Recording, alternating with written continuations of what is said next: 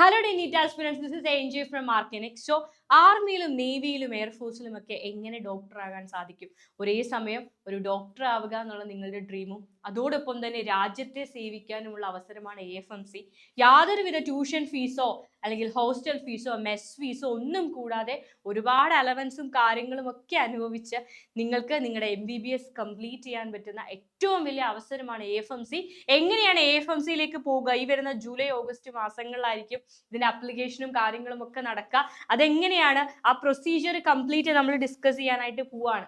അപ്പൊ നമ്മൾ ആദ്യം പറഞ്ഞ പോലെ യാതൊരു ട്യൂഷൻ ഫീസോ കാര്യങ്ങളോ ഒന്നും നിങ്ങൾക്കില്ല. ഹോസ്റ്റലിന് ഫീസ് കൊടുക്കണ്ട, നിങ്ങൾക്ക് സ്റ്റേ അവർ പ്രൊവൈഡ് ചെയ്യും, ഫുഡ് അവർ പ്രൊവൈഡ് ചെയ്യും. ഇത് കൂടാതെ നിങ്ങൾക്ക് ഒരുപാട് അലവൻസും കാര്യങ്ങളും ഉണ്ട്.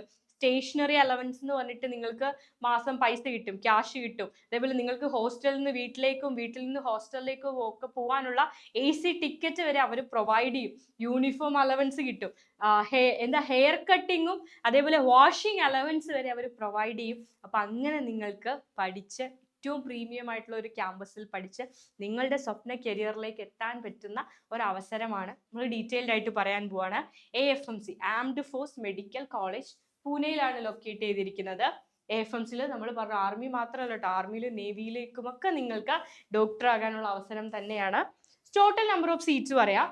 മെഡിക്കൽ കേഡറ്റ്സ് എന്നാണ് പറയാ നമ്മൾ AFMCയിൽ ജോയിൻ ചെയ്യുന്ന നമ്മുടെ കാൻഡിഡേറ്റ്സിനെ, കുട്ടികളെ, സ്റ്റുഡൻസിനെ.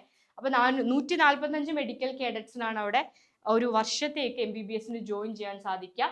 ഇതിൽ 115 ബോയ്സും 30 ഗേൾസും ആണ്. പ്രത്യേകം ശ്രദ്ധിക്കണം, ബോയ്സിനാണ് അവിടെ സീറ്റ്സിന്റെ എണ്ണം കൂടുതൽ. നമ്പർ ഓഫ് സീറ്റ്സ് കൂടുതൽ ബോയ്സിന് തന്നെയാണ്. 115 സീറ്റുകളുണ്ട്. 5 നീറ്റ് ക്വാളിഫൈഡ് ആയിട്ടുള്ള ഫോറിൻ സ്റ്റുഡൻസ് കാണും. ഈ 145 സീറ്റുകൾ നമ്മൾ പറഞ്ഞല്ലോ, അതിൽ 10 സീറ്റ്, ഈ 145 സീറ്റുകളിൽ 10 സീറ്റുകൾ എന്ന് പറയുന്നത് SC/ST കാൻഡിഡേറ്റ്സിന് റിസർവ്ഡ് ആയിരിക്കും. 10 സീറ്റ് വരെ അവർക്ക് റിസർവ്ഡ് ആയിരിക്കും. 145, ഇതിൽ 115 ബോയ്സ് 30 ഗേൾസും ഉണ്ടായിരിക്കും. റെഡി? ഇനി ഇതിന്റെ അഡ്മിഷൻ പ്രൊസീജിയർ പറയാണ്. എങ്ങനെയാണ് നമുക്ക് AFMCയിലേക്ക് പോവാനായിട്ട് പറ്റുക എന്നുള്ളതാണ്. ആ ഒരു കാര്യം എങ്ങനെയാണെന്നുള്ളത് നമ്മൾ ഡീറ്റെയിൽഡ് ആയിട്ട് പറയാണ്. അപ്പൊ എന്തായാലും AFMCക്ക് സെപ്പറേറ്റ് ഒരു എക്സാമും അതേപോലെ ഇന്റർവ്യൂ പ്രോസസ്സും കാര്യങ്ങളും ഒക്കെ ഉണ്ട്. അത് ഭയങ്കര ഹെവിയോ അങ്ങനെയൊന്നും അല്ല പറയുന്നത്. ഇതിന് ഏറ്റവും ബേസ് ആയിട്ടുള്ള കാര്യം നീറ്റ് എക്സാം തന്നെയാണ്. നീറ്റ് ക്വാളിഫൈ ചെയ്യുക, ക്വാളിഫൈ ചെയ്താൽ മാത്രം പോരാ, ഏറ്റവും നല്ലൊരു മാർക്കിലേക്ക് എത്തുക. കാരണം കട്ട് ഓഫ് വളരെ ഉയർന്ന കട്ട് ഓഫ് തന്നെയാണ് AFMCക്ക് വരിക. ഇപ്പൊ നമ്മുടെ ഗവൺമെന്റ് മെഡിക്കൽ കോളേജിലെ കട്ട് ഓഫ് 580 ആയിരിക്കാം, അല്ലെ 590 ഒക്കെ ഈ വർഷം ഗവൺമെന്റ് MBBS കിട്ടാനുള്ള സാധ്യത മാത്രമാണ് പറയുന്നത്. ചിലരൊക്കെ കമന്റ് ബോക്സിൽ ചോദിക്കാറുണ്ട്, അവിടെ 600+ ഉള്ള ഇത്രയധികം കുട്ടികളുണ്ട്, ഇത്രയധികം കുട്ടികളുണ്ട്. നമുക്കറിയില്ല, മേ ബി ഉണ്ടായിരിക്കാം. റിസൾട്ട് വന്നതിന് ശേഷം മാത്രമാണ് കുട്ടികളുടെ സ്കോർ അറിയാൻ സാധിക്കുക.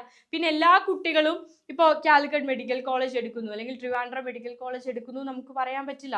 ഓൾ ഇന്ത്യ കോട്ട സീറ്റുകളുണ്ട്. അപ്പോൾ വിവിധ സ്റ്റേറ്റുകളിലേക്ക് അവർ പോകാനുള്ള ചാൻസ് ഉണ്ട്. എയിംസ് കോളേജുകൾ അവർ ഒപ്റ്റ് ചെയ്യും, അല്ലെ? AFMC ഒപ്റ്റ് ചെയ്യുന്ന കുട്ടികളുണ്ട്. കുറെ കുട്ടികൾ ജിപ്മർ ക്യാമ്പസുകളിലേക്ക് പോകും. അപ്പോൾ ഇവിടെ ഇത്രയധികം മാർക്കുള്ള കുട്ടികളുണ്ട്, നിങ്ങൾ എന്താണ് ഈ പറയുന്നത്? അങ്ങനെ ചിന്തിക്കരുത്. നമ്മുടെ സ്കോറുള്ള എല്ലാ കുട്ടികളും പോയിട്ട് കാലിക്കറ്റ് മെഡിക്കൽ കോളേജിലല്ല അഡ്മിഷൻ എടുക്കാൻ പോകുന്നത്, അല്ലെങ്കിൽ കോട്ടയം മെഡിക്കൽ കോളേജിലല്ല. ഒരുപാട് അവസരങ്ങൾ നിങ്ങളുടെ മുന്നിലുണ്ട്. അപ്പൊ അതിലൊരു ഓപ്ഷൻ മാത്രമാണ് എല്ലാ മെഡിക്കൽ സീറ്റുകളും. ഇന്ത്യയിലുടനീളമുള്ള എല്ലാ മെഡിക്കൽ സീറ്റുകൾക്കും ഒരേ പ്രാധാന്യമാണ്, ഒരേ ഇമ്പോർട്ടൻസ് ആണ്, ഒരേ വാല്യൂ ആണ്.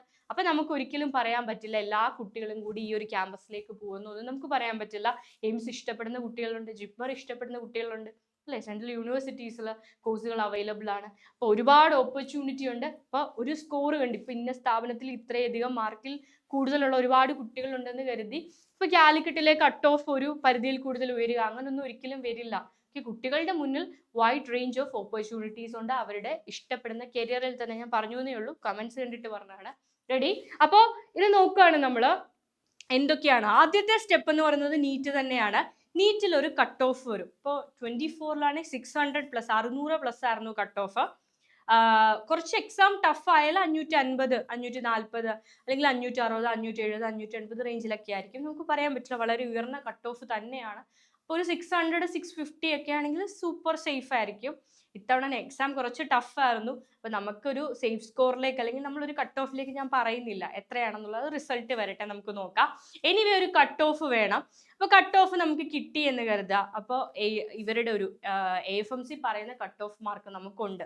നമ്മൾ അലോട്ട്മെന്റ് പ്രോസസ്സ് നടക്കുകയാണ്. കേരളത്തിന്റെ അലോട്ട്മെന്റ് പ്രോസസ്സ് അല്ല, ഓൾ ഇന്ത്യ തലത്തിൽ നടക്കുന്ന അലോട്ട്മെന്റ് പ്രോസസ്സ്. അതായിരിക്കും ആദ്യം വരിക. വന്നാൽ ഉടനെ നിങ്ങളെ അറിയിക്കുന്നതായിരിക്കും. അപ്പൊ ഈ ഒരു അലോട്ട്മെന്റ് പ്രോസസ്സിൽ നമുക്ക് പല പല സീറ്റുകൾ ഒപ്റ്റ് ചെയ്യാൻ പറ്റും. കഴിഞ്ഞൊരു വീഡിയോയിൽ ഞാൻ പറഞ്ഞിട്ടുണ്ട് ഓൾ ഇന്ത്യ കോട്ട സീറ്റുകൾ, അതായത് കേരളം ഉൾപ്പെടെയുള്ള വിവിധ സംസ്ഥാനങ്ങളിലെയും യൂണിയൻ ടെറിട്ടറീസിലേക്ക് ഗവൺമെന്റ് മെഡിക്കൽ കോളേജുകളുടെ 15% സീറ്റുകൾ. അത് ഇന്ത്യയിലെ ഏത് സ്റ്റേറ്റിലെയും ഏത് യൂണിയൻ ടെറിട്ടറീസിലെയും നീറ്റ് ക്വാളിഫൈഡ് ആയിട്ടുള്ള കുട്ടികൾക്ക് അപ്ലൈ ചെയ്യാം. കോഴിക്കോട് വന്നിട്ട് തമിഴ്നാട്ടിലുള്ള ഒരു കുട്ടിക്ക് അപ്ലൈ ചെയ്യാം. കോട്ടയത്ത് വന്നിട്ട് കർണാടകയിലുള്ള ഒരു കുട്ടിക്ക് അപ്ലൈ ചെയ്യാം. 15% സീറ്റുകളിൽ. അതാണ് ഓൾ ഇന്ത്യ കോട്ട സീറ്റ്. ഈ ഓൾ ഇന്ത്യ കോട്ട സീറ്റ് കൂടാതെ സെൻട്രൽ യൂണിവേഴ്സിറ്റീസിലേക്കുള്ള സീറ്റ്, ഡീംഡ് മെഡിക്കൽ കോളേജുകൾ, അമൃത പോലത്തെ ഡീംഡ് സ്വയംഭരണാവകാശമുള്ള പ്രൈവറ്റ് മെഡിക്കൽ കോളേജുകളുടെ സീറ്റുകൾ, ജിപ്മർ ക്യാമ്പസുകളുടെ സീറ്റുകൾ, എയിംസിന്റെ സീറ്റുകൾ, ഇതെല്ലാം ഓൾ ഇന്ത്യ വഴിയാണ്, ഓൾ ഇന്ത്യ തലത്തിലാണ് അലോട്ട്മെന്റ് പ്രോസസ് നടക്കുക. അപ്പൊ ഈ അലോട്ട്മെന്റിന്റെ കൂട്ടത്തിൽ തന്നെയാണ് നമ്മുടെ AFMCയുടെ അലോട്ട്മെന്റ് പ്രോസസ്സും നടക്കുക. അപ്പോൾ നമ്മൾ ടിക്ക് ചെയ്ത് കൊടുക്കുന്ന കൂട്ടത്തിൽ അവർ നമ്മളോട് ചോദിക്കും, നിങ്ങൾ ഓൾ ഇന്ത്യ കോട്ടയിലേക്ക് കൊടുക്കുന്നുണ്ടോ? ഉണ്ടെങ്കിൽ ടിക്ക് ചെയ്യാം. നിങ്ങൾ എയിംസിലേക്ക് കൊടുക്കുന്നുണ്ടോ? ഉണ്ടെങ്കിൽ ടിക്ക് ചെയ്യാം. നിങ്ങൾ ജിപ്മറിലേക്ക് കൊടുക്കുന്നുണ്ടോ? ഉണ്ടെങ്കിൽ ടിക്ക് ചെയ്യാം. AFMC കൊടുക്കുന്നുണ്ടോ? ഉണ്ടെങ്കിൽ ടിക്ക് ചെയ്യുക. അലോട്ട്മെന്റ് പ്രോസസ്സ് സ്റ്റാർട്ട് ചെയ്യുമ്പോഴത്തെ കാര്യമാണ് പറയുന്നത്. ഇപ്പൊ കഴിഞ്ഞ വർഷം നോക്കുകയാണെങ്കിൽ ജൂലൈയിലൊക്കെ സ്റ്റാർട്ട് ആവും.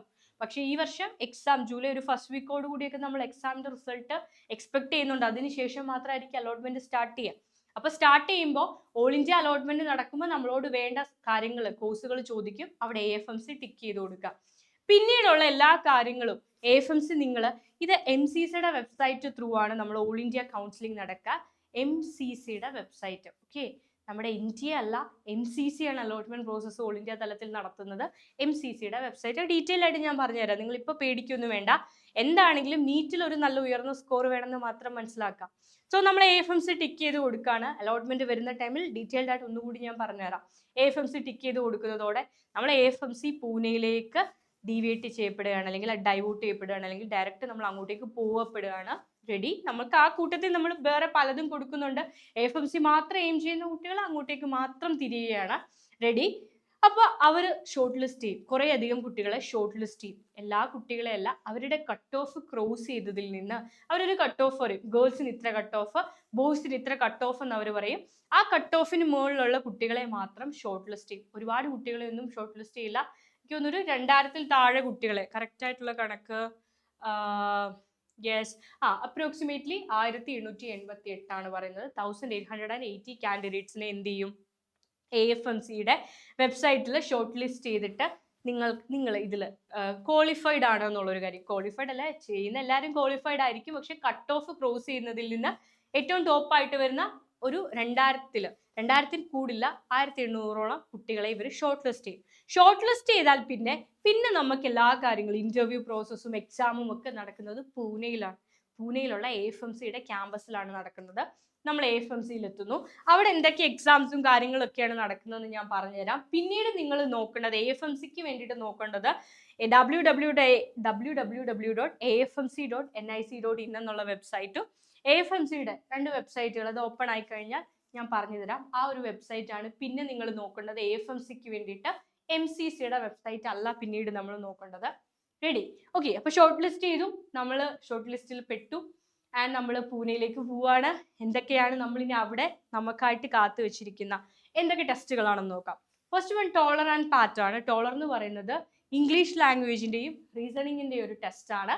കമ്പ്യൂട്ടർ ബേസ്ഡ് ആയിട്ടുള്ള CBT കമ്പ്യൂട്ടർ ബേസ്ഡ് ആയിട്ട് നടക്കുന്ന ഒരു ചെറിയ ടെസ്റ്റ് ആണ്. അത് ഭയങ്കര നമ്മുടെ നീറ്റ് എക്സാം പോലെ അത്ര ടഫോ കാര്യങ്ങളോ ഒന്നും അല്ല. പാറ്റ് എന്ന് പറയുന്നത് സൈക്കോളജിക്കൽ അസസ്മെന്റ് ടെസ്റ്റ് ആണ്. ആ ടെസ്റ്റ് എന്ന് പറയുന്നത് ജസ്റ്റ് ഈ ടോളറിന്റെ മാർക്ക് ആയിരിക്കും കൺസിഡർ ചെയ്യുക. ദെൻ അതേപോലെ ഇന്റർവ്യൂ ഉണ്ടായിരിക്കും. ഷോർട്ട് ലിസ്റ്റ് ചെയ്യുന്ന കാൻഡിഡേറ്റ്സിന് ഇന്റർവ്യൂ പ്രോസസ്സും ഉണ്ടായിരിക്കും.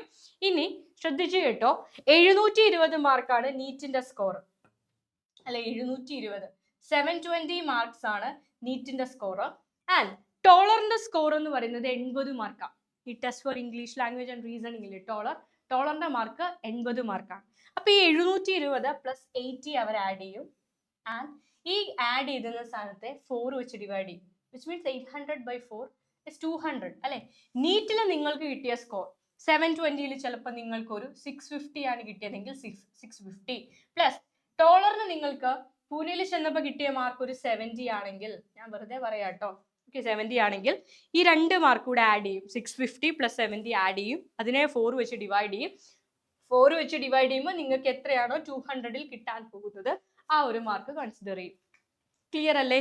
അതായത് ടോളറിന് കിട്ടിയ മാർക്കും ടോളറിന് നിങ്ങൾക്ക് 80ൽ കിട്ടിയ മാർക്കും നീറ്റിന് നിങ്ങൾക്ക് 720ൽ കിട്ടിയ മാർക്കും കൂടെ ആഡ് ചെയ്ത് അതിനെ 4 വെച്ച് ഡിവൈഡ് ചെയ്യും. അപ്പൊ 200ൽ ഒരു സ്കോർ നിങ്ങൾക്ക് കിട്ടും. പ്ലസ് ഇന്റർവ്യൂവിന് 50 മാർക്സ് ആണുള്ളത്. അപ്പൊ ഈ കിട്ടുന്ന മാർക്സിന്റെ കൂടെ 15 കൂടി ആഡ് ചെയ്യും. അപ്പൊ ടോട്ടൽ എത്രയാണോ വരുന്നത് അത്രയും മാർക്സ് 250ലായിരിക്കും മൊത്തം മാർക്ക് വരിക. ക്ലിയർ അല്ലേ? റിട്ടൺ എക്സാമിനേഷന്റെ സ്കോർ 200, ഇന്റർവ്യൂവിന്റെ സ്കോർ 50. അങ്ങനെ മൊത്തം 250. റിട്ടൺ എക്സാമിനേഷൻ എന്ന് പറയുന്നത് നീറ്റ് സ്കോറും ടോളറിന്റെ സ്കോറും കൂടി ആഡ് ചെയ്തിട്ട് അതിനെ 4 വെച്ച് ഡിവൈഡ് ചെയ്തിട്ടുള്ള സ്കോറാണ്. റെഡി? ഇനി ഇന്റർവ്യൂ എന്ന് പറയുന്നത് ഭയങ്കര ജനറൽ നോളജ്, കറണ്ട് അഫേഴ്സ് അങ്ങനെ ആവണമെന്നില്ല ചോദിക്കാൻ നിങ്ങളോട്. അതിൽ കൂടുതൽ നിങ്ങളുടെ പേഴ്സണാലിറ്റിയും കാര്യങ്ങളും ഒക്കെയാണ് അവർ മെഷർ ചെയ്യുക. അപ്പോൾ നിങ്ങൾ എന്താണോ ആൻസർ ചെയ്യുന്നത് ആ ഒരു ആൻസറിലായിരിക്കും പിന്നെ അവർ സ്റ്റിക്ക് ഓൺ ചെയ്ത് ക്വസ്റ്റ്യൻസ് വരാനായിട്ടുള്ള സാധ്യത. മുൻപ് ഈ ഒരു ഇന്റർവ്യൂ അറ്റൻഡ് ചെയ്ത പലരും പറയുന്നത് നമ്മൾ ഒബ്സർവ് ചെയ്യുകയും ഒക്കെ ചെയ്യുമ്പോൾ അവരങ്ങനെയാണ് പറയുന്നത്, പേഴ്സണാലിറ്റിക്ക് നമ്മൾ എന്താണോ ആൻസർ ചെയ്യുന്നത് ആ ആൻസറുമായിട്ട് റിലേറ്റ് ചെയ്ത ചോദ്യം ക്വസ്റ്റ്യൻ ആയിരിക്കും ഇനി അങ്ങോട്ടേക്ക് വരാൻ പോകുന്നത്. അവിടെ നിങ്ങളുടെ പേഴ്സണാലിറ്റിയും കാര്യങ്ങളുടെയൊക്കെ അസസ്മെന്റ് നടക്കും. റെഡി? ദെൻ മെഡിക്കൽ എക്സാമിനേഷൻ ഉണ്ട്. പലവിധ മെഡിക്കൽ സ്റ്റാൻഡേർഡ്സ് ഇതിന് ആവശ്യമുണ്ട്. നിങ്ങളുടെ ഹൈറ്റും വെയിറ്റും നിങ്ങളുടെ ഹിയറിങ്ങും നിങ്ങളുടെ വിഷനും ഈ മെഡിക്കൽ സ്റ്റാൻഡേർഡ്സ് ഒക്കെ അവർ കൺസിഡർ ചെയ്യും, മെഷർ ചെയ്യും. മെഡിക്കൽ ഫിറ്റ്നസ് വളരെ ഇമ്പോർട്ടൻ്റ് ആണ്. മെഡിക്കൽ ചെക്കപ്പ് ഉണ്ടായിരിക്കും. അപ്പോൾ ഈ കാര്യങ്ങളൊക്കെ അത്യാവശ്യമാണ്. നിങ്ങൾക്കറിയാം ആർമിയിലേക്കൊക്കെ കയറണമെങ്കിൽ നമുക്ക് ഇതൊക്കെ മെഡിക്കൽ ഫിറ്റ്നസ് വേണം അല്ലേ? അപ്പോൾ ഈ ഒരു കാര്യങ്ങളുടെ അസസ്മെന്റും കാര്യങ്ങളും ഒക്കെ മെഡിക്കൽ ടെസ്റ്റും കാര്യങ്ങളും ഒക്കെ ഉണ്ടായിരിക്കും. അപ്പം നല്ല വിധത്തിൽ പഠിക്കുക. ഇനിയിപ്പോൾ ഒരു 3 months നിങ്ങൾക്ക് നീറ്റ് എക്സാമിന് ശേഷം ഒരു 3 months ഇതിൻ്റെ ഒരു പ്രിപ്പറേഷനും കാര്യങ്ങൾക്കൊക്കെ ഒരു 2 to 3 months കിട്ടും. നോർമലി കിട്ടേണ്ടതാണ്. പക്ഷേ ഇപ്പോൾ നീറ്റ് എക്സാം വളരെ ഡിലേ ആണ്. റിസൾട്ട് കുറച്ചും കൂടി നമുക്ക് വെയിറ്റ് ചെയ്യാം. ഉടനെ തന്നെ എത്തും എന്ന് തന്നെ എക്സ്പെക്ട് ചെയ്യാം. അപ്പോൾ ഈ ഒരു കാര്യങ്ങൾ ഹെൽത്തിൽ എന്തെങ്കിലും കാര്യങ്ങളൊക്കെ ശ്രദ്ധിക്കാനുണ്ടെങ്കിൽ ഫിസിക്കലായിട്ടുള്ള എക്സസൈസും കാര്യങ്ങളും എന്തെങ്കിലും ശ്രദ്ധിക്കാനുണ്ടെങ്കിൽ അതൊക്കെ ശ്രദ്ധിക്കുക മക്കളെ. AFMC എയിം ചെയ്യുന്ന കുട്ടികൾ, അല്ലാതെ റിപ്പീറ്റ് ചെയ്യാൻ ആഗ്രഹിക്കുന്ന കുട്ടികൾ റിപ്പീറ്റ് ചെയ്യുന്ന കൂടെ തന്നെ ഇതൊക്കെ ഒന്ന് നിങ്ങളുടെ മെഡിക്കൽ സ്റ്റാൻഡേർഡ്സ് ഒക്കെ ഒന്ന് മെയിൻറ്റെയിൻ ചെയ്യുക.